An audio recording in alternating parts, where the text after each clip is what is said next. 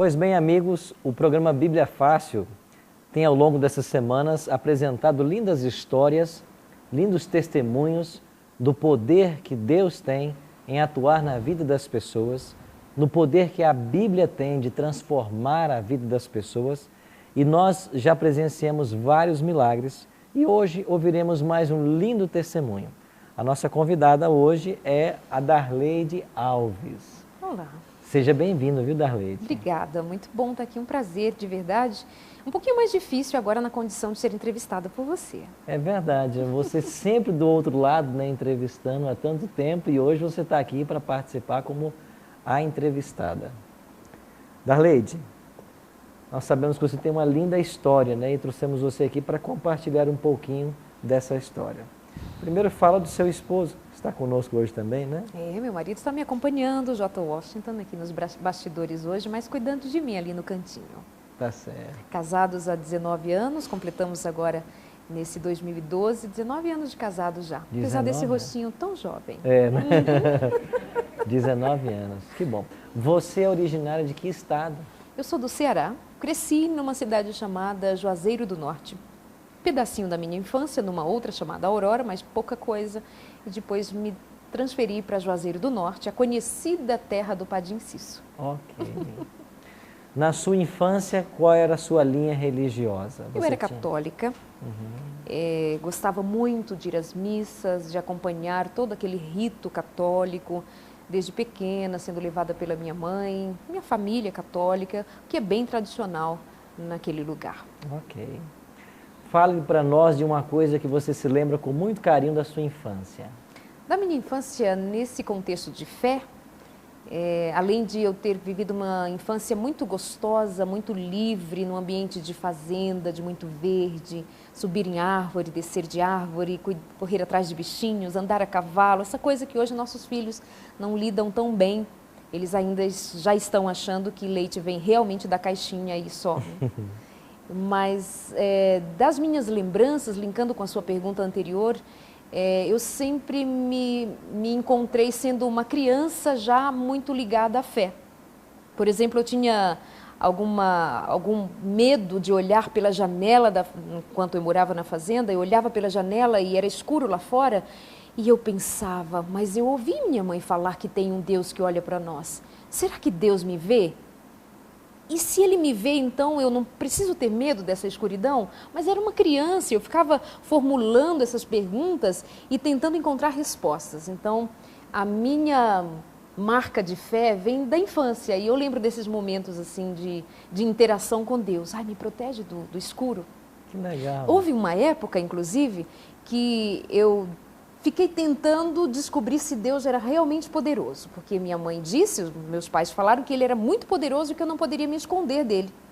Eu pensei, como eu não posso me esconder dele? Eu sou esperta, criança bobinha. A gente acha que é esperto, né? Enfim.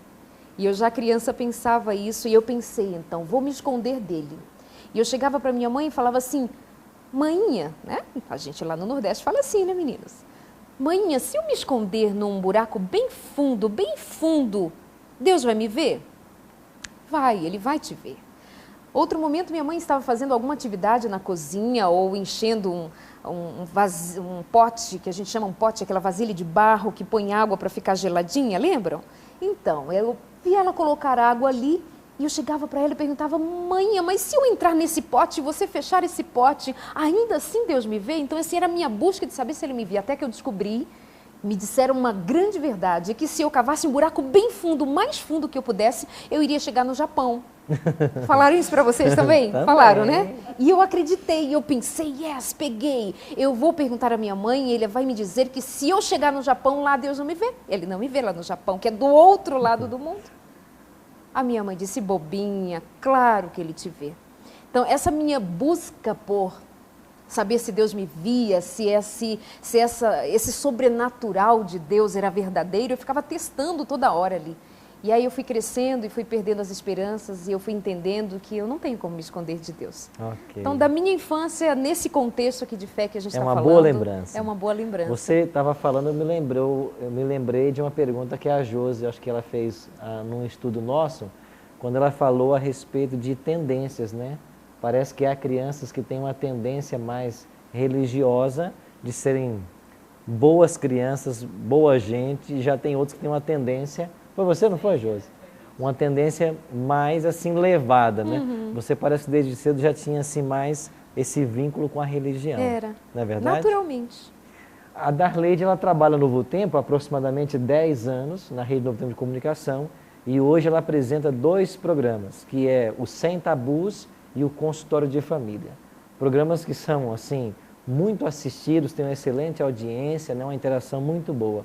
Mas quando começou essa história tua com a televisão, com a comunicação? Minha história com a comunicação, ela começa antes da TV, ela começa com rádio. Minha primeira formação nesse meio de comunicação era com rádio. Então, na rede de rádio Novo Tempo, eu trabalhei na Novo Tempo, eu e meu marido trabalhamos na Novo Tempo de Belém do Pará, trabalhamos na Novo Tempo de Maceió, em Alagoas, Cascavel, no interior do Ceará, ali próximo de Fortaleza. Então, o lance da comunicação vem por meio do rádio e eu nunca pensei que eu teria um rostinho bonito para a TV. E aí aconteceu que um dia, quando a TV está se formando, eu estava ali e então fui crescendo junto e estamos até hoje. Então ela surge num momento da minha vida quando eu já estava nessa caminhada de comunicação. E aí vieram as oportunidades que Deus vai pondo, pessoas vão colaborando e aí estamos até hoje aprendendo. Você se sente uma pessoa realizada no que faz? Eu me sinto muito feliz, principalmente porque eu não tenho e nunca planejei, não é da minha personalidade, fazer planos ou criar caminhos porque eu queira chegar em algum lugar ou ter algum objetivo. Então, assim, as coisas vão acontecendo e eu vou curtindo, eu vou sendo feliz agora. Então, quando eu olho para trás e já vejo 18 anos de comunicação entre rádio e televisão, eu fico pensando, olha onde eu cheguei e eu nem pensei, aconteceu. Então, quando eu digo eu me sinto realizada, é por agora eu sou feliz de olhar para trás e ver o que já aconteceu.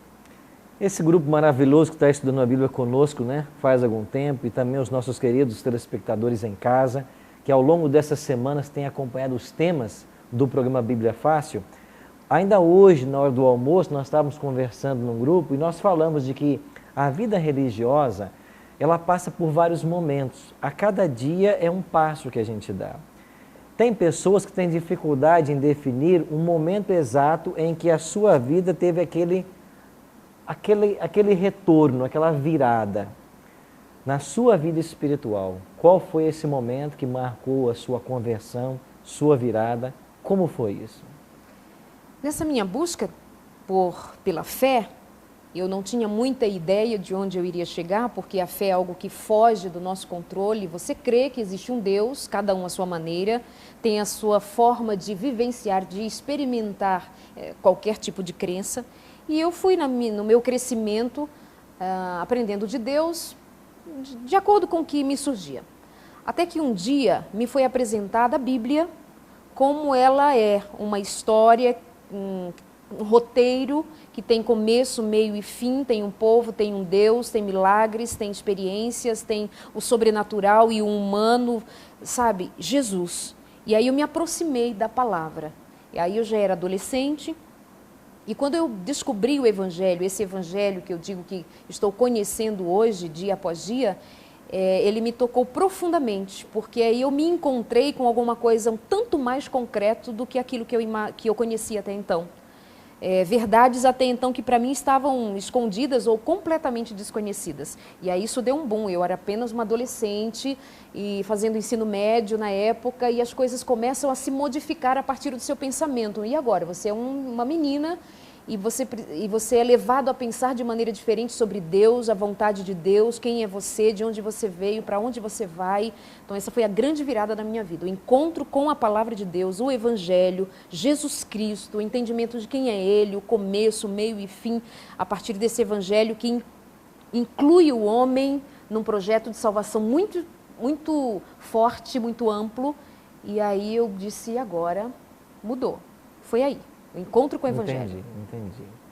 Aqui todos nós estamos em estágios diferentes de conhecimento. Alguns conhecem menos, outros mais, mas nós formamos aqui toda semana uma grande classe de aprendizado da Bíblia. Se você tivesse que dar um conselho para eles, sobre esse momento que eles estão vivendo aqui, qual seria o conselho? A vovó já dizia, né, que conselho bom a gente venderia, mas no sentido de todos os dias, inclusive quando o senhor me perguntou anteriormente se eu sou realizada, hoje uma das minhas grandes alegrias, ou a grande alegria nesse caminho profissional que Deus pôs, que eu já chamo de ministério, é poder influenciar pessoas. Então, a coisa mais rica da vida é quando Deus nos dá a possibilidade de influenciar pessoas. Se vocês tiverem oportunidade de influenciar pessoas positivamente, como todos nós temos, você com sua prancha, você com sua moto, você trabalhando no seu dia a dia, em que área for, se você puder influenciar pessoas para crer que o amanhã vai ser melhor, que as coisas não acontecem de uma hora para outra, é necessário muito trabalho, sim, mas que vitória é para quem não desiste. E então, o que eu mais gosto de colocar para as pessoas, até a partir de experiências minhas, é não desista nunca de ser feliz e de influenciar pessoas para também elas serem felizes. Entendi. Nós queremos mostrar para vocês uma foto. Olha que moça linda, né? É linda. Essa é a filha da Darleide, né? E ela se chama Sudaleif. Inclusive, até o João tem uma filha também com esse nome, não é, João? Tem uma filha com esse nome. E a palavra Sudaleif, ao contrário, quer dizer fiel a fiel Deus. a Deus. Agora eu pergunto para você, por que você e o Jota colocaram esse nome nessa filha de vocês? Esse nome, ele acontece quando nós ainda namorávamos e já planejávamos nossa família. E eu era uma menina ainda quando casei, ele também, mas nós já sabíamos que queríamos ser pais. E então ele, enquanto namorávamos, já noivos, ele planejou o nome dos nossos filhos, apressadinho ele, né? E ele planejou o nome dos nossos filhos. E se tivéssemos uma menina, como era um dos meus sonhos, ter uma filha, ela se chamaria Sudaleif, porque nosso projeto de vida, sobre todas as coisas, era fidelidade a Deus. Então, nada melhor do que registrar isso na vida da nossa filha, que um dia teríamos. E então, um dia, nós tivemos uma filha e colocamos esse nome. Mas não era esta filha. Esta é minha segunda filha. A minha primeira filha, aí já é uma história de fé que eu tenho a mais para contar. Ainda hoje, nós abordamos aqui um tema no nosso programa que tratou a respeito da volta de Cristo e da ressurreição dos mortos. Lembram desse tema que a gente abordou? E quando eu lembrei-me que você estaria conosco, eu me lembrei que você me contou um pouco já dessa história. E você disse para mim numa conversa de que você fez um voto a Deus em algum momento da vida. Eu queria que você partilhasse, se você puder, isso com a gente. Quando falávamos agora há pouco do momento da virada, da mudança assim, da minha vida nesse caminhar com o Evangelho, não foi fácil. Eu sofri resistência, enfrentei resistência, por exemplo, da minha família, a minha mãe. No dia que eu disse para minha mãe, estou indo à igreja, estou indo ser batizada hoje, ela levantou para ir ao meu encontro e eu, como uma menina esperta, eu fiz o quê? Corri, porque a minha mãe não queria me dar um abraço de felicitações. E eu saí correndo de casa aquele dia, literalmente saí correndo, e ela pediu que a minha irmã mais nova, na época com 10 anos, ela corresse atrás de mim e me trouxesse de volta, que ela não iria me deixar ir à igreja para ser batizada. E eu fui. Naquele dia, quando eu retornei para casa, a minha mãe usou de violência, porque ela estava assim fora do controle, e ela me bateu muito aquele dia. E a partir daquele dia, que era um sábado, um final de sábado, eu fiquei uma semana em casa com um alimento muito restrito. Para vocês terem uma ideia, naqueles dias eu comia porque a minha irmã mais nova, ela guardava algum alimento que ela conseguisse, ela me levava escondida, porque durante o dia eu ficava reclusa lá no fundo da casa, porque a minha mãe lavava todo o alimento, ela guardava todo o alimento e ela disse, você não vai comer, você não vai atrás da igreja, você não foi para a igreja, você agora não vive de Bíblia na mão. E aquela não era a mãe que me balançou no colo tantas vezes, que me deu papinha na boca, que cuidava de mim. Era uma outra mulher que eu desconheci naqueles dias. Mas eu sabia que ela não estava sendo usada pela força do meu Deus. Era uma força contrária que fazia com que ela me pressionasse a abandonar aquela fé que eu estava recebendo agora com tanta alegria. E naquela semana, pastor, eu não comia nenhuma... enfim, no final daqueles dias, eu decidi que eu fugiria de casa. E eu fugi de casa e eu fui para a casa do pastor.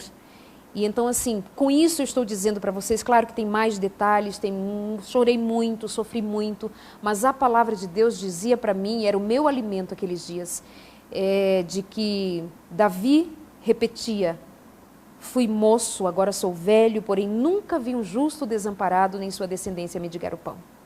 Então aquilo me dava força e ânimo para ficar horas e horas e até quase o dia inteiro sem comer.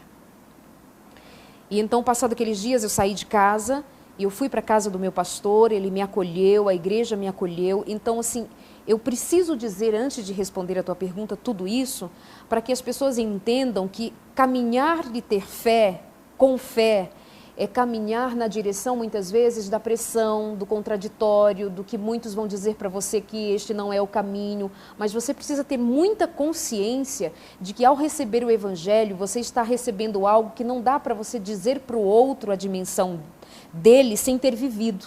Então, quando eu recebi aquele Evangelho com as verdades lindas que ele me trouxe, eu tinha que enfrentar pai, mãe, família ou qualquer outro obstáculo que viesse, porque ele me era suficiente, porque ele me preenchia, mas eu era só uma adolescente. Então, eu casei, e nesse casamento foi um casamento que Deus fez acontecer como parte do milagre da minha vida, porque me acolheu, me estruturou, e eu amadureci e cresci casando. E então, quando casei, 3 meses depois de casada, eu fiquei grávida. Então, fiquei grávida e a minha expectativa é de que seria uma menina, como era o meu sonho, e ela se chamaria Sudaleife, e então nasceu uma menina.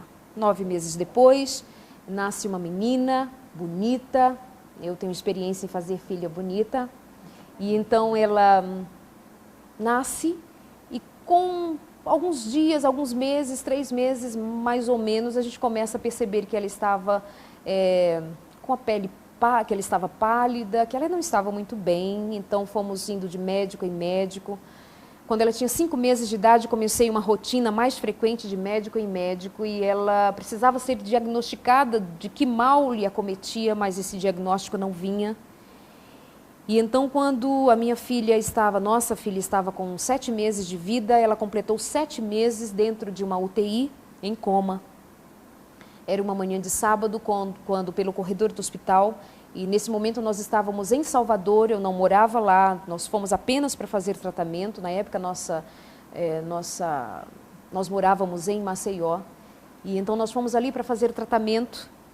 E ali naquele hospital foi diagnosticado que a minha filha tinha leishmaniose ou calazar, como é conhecido em algumas regiões do país. E só que ela já estava num estado muito avançado, ela tinha baço crescido, ela tinha sinais de que o estado era muito avançado, que talvez o tratamento não respondesse a contento. Ela só era amamentada e ela entrou em coma. E numa manhã de sábado veio uma médica no corredor do hospital e disse assim: mãe, pai, a sua filhinha, a filhinha de vocês está em coma. Nós nos ajoelhamos no corredor do hospital e dissemos assim: Deus, agora mais do que nunca, faze-nos fiéis a Deus. O que nós iríamos fazer? 2 jovens com um bebê que agora tem um diagnóstico difícil, num tempo difícil, e o que diríamos? Só recorremos a Deus. E ela ficou ali naquela UTI em coma 7 dias. E nós esperávamos que ela voltasse conosco para casa, em nossos braços. Afinal de contas, nós dizemos que temos fé. E quando nós dizemos que tem fé, tudo acontece, não dizemos? E é verdade. E é verdade que a fé remove montanhas. E é verdade que a fé faz coisas tremendas. É verdade. Mas há caminhos que para nós são muito desconhecidos. Há questões que nós não conseguimos compreender ou encontrar respostas para elas. E ao final daqueles 7 dias, ou seja, numa outra manhã de sábado, sábado seguinte, vem no corredor do mesmo hospital o médico dizer: pai e mãe, a sua filhinha morreu. Então, o nosso bebê, sonhado, com o nome planejado, o que Deus tinha dado para nós como presente, agora já não estava mais. Eu lembro que naquele dia eles não queriam que eu visse o corpo da minha filha sem que antes ele estivesse preparado e posto no caixão. E eu fugi pelos corredores do hospital e encontrei onde ficava o necrotério. Eu lembro a última lembrança que eu tenho dela é o corpinho dela sobre uma lápide. E então eu fiquei ali por um tempo e eu tenho aquela lembrança. Agora eu e meu marido decidirmos o que faríamos agora. Nós não morávamos ali, voltaríamos dali com a nossa filha. Cheguei com ela nos braços, amamentando.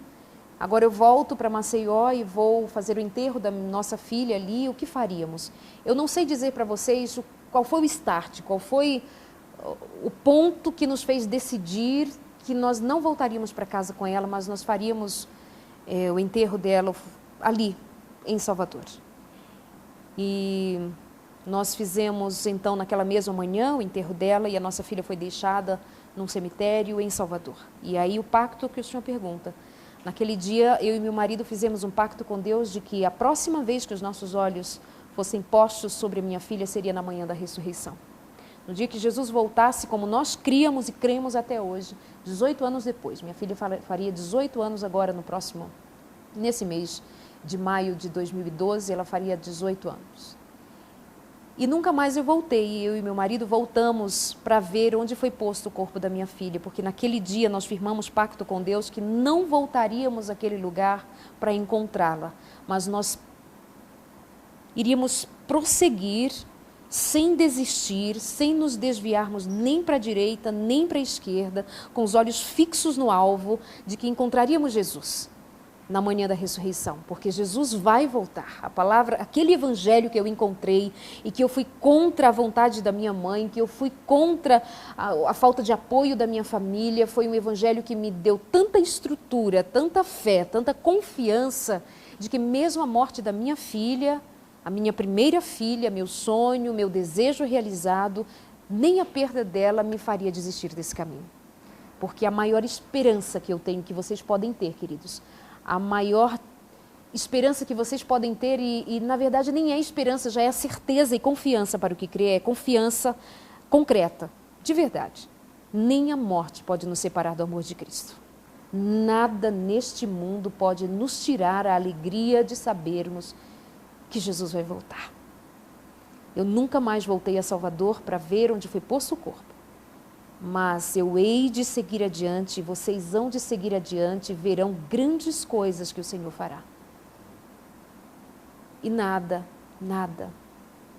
vai me tirar essa resposta de Deus. E aí, passado algum tempo, eu fiquei grávida novamente. E agora eu perguntava para Deus: Senhor, o Senhor vai me dar mais uma menina?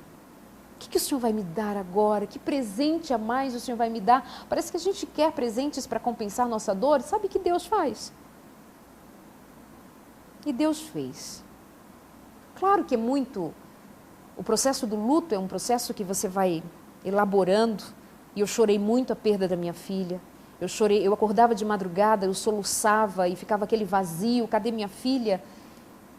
E ela não estava ali.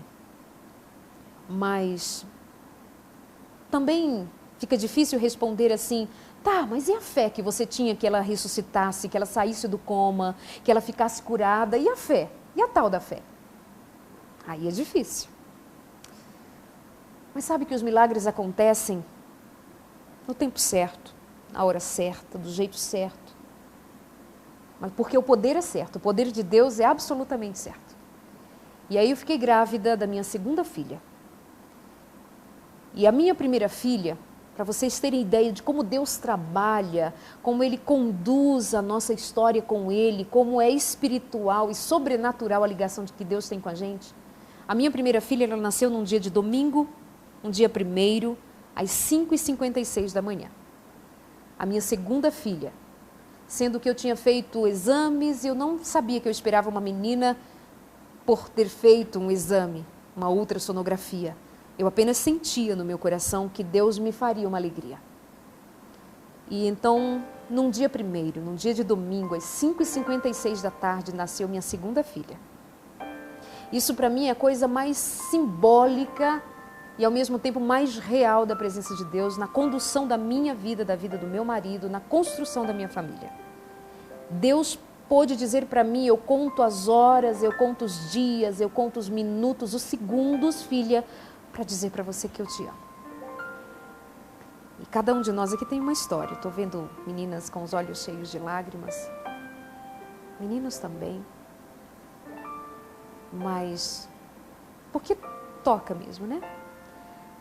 Mas a coisa mais grandiosa é o que Deus faz com as nossas lágrimas. E Deus me deu uma segunda filha, esta, linda, posso dizer que é realmente mais um presente de Deus. Ela não veio para substituir a minha primeira filha, ela veio ser mais um presente de Deus. Porque eu sei que quando Jesus voltar, quando Jesus aparecer nos ares, com os santos anjos e dizendo, vinde a mim benditos do meu Pai, eu irei porque eu creio em Jesus. Nós cremos em Jesus. E eu receberei a minha filha das mãos de Jesus novamente. Eu terei então 2 filhas e seremos eternamente felizes. Amém. Amém. Obrigado, Darleide, por partilhar conosco essa história que é tão pessoal, tão íntima, mas tão linda ao mesmo tempo. Nós temos conversado aqui um pouco sobre teoria, Bíblia, ideias, mas ao convidarmos a Darleide aqui e outros mais, é para que vocês saibam que a teoria que a gente aprende aqui, ela é real. A Bíblia não é apenas um livro de ideias e teorias. É o livro de Deus que contém verdades eternas. E hoje, quando falamos sobre o tema da ressurreição, isso é uma realidade. Quer você acredite ou não, quer você queira ou não. Todos nós participaremos um dia de uma ressurreição se morrermos antes da volta de Cristo. Ou da primeira ou da segunda. Nós temos que nos preparar para estarmos prontos. E que a nossa fé se fortaleça cada vez mais nesse Deus e na direção dele na nossa vida. A você que está nos assistindo, saiba que nada acontece por acaso. Deus tem planos maravilhosos para todos nós. E se alguma lágrima rola na tua face hoje, o choro, ele pode durar uma noite, diz a palavra, mas a alegria vem pela manhã bem cedo. A alegria para aqueles que confiam. Feche os seus olhos, vamos orar ao nosso Pai. Bondoso Deus, obrigado pela história dessa noite, que mostra para todos nós de que temos um Deus que é Pai, que se preocupa conosco nos menores detalhes e também nos maiores. Um Deus que chora conosco, que vê a nossa perda e a nossa luta. Mas muito obrigado porque a Tua palavra nessa noite, muito obrigado porque a Tua palavra nesta hora enche o nosso coração de esperança, de sabermos que um dia as tristezas e sofrimentos dessa vida terão fim. E nós teremos um novo céu e uma nova terra. O jardim do Éden será devolvido à humanidade e tudo voltará a ser como o Teu plano original. Permita-nos, bom Deus, fazer parte desse plano. Cuida de todos nós. Abençoa-nos e guarda-nos. Te oramos em nome de Jesus. Amém.